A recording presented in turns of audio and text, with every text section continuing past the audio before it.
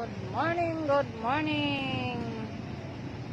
Today's video, magkaon taog jackfruit. Tamis. Siguro to ang tamis. Pero natikman ko na to ang tamis. Sarap. Ito na naman ang aking pagkain ngayong umaga. So mga guys, kain tayo jackfruit.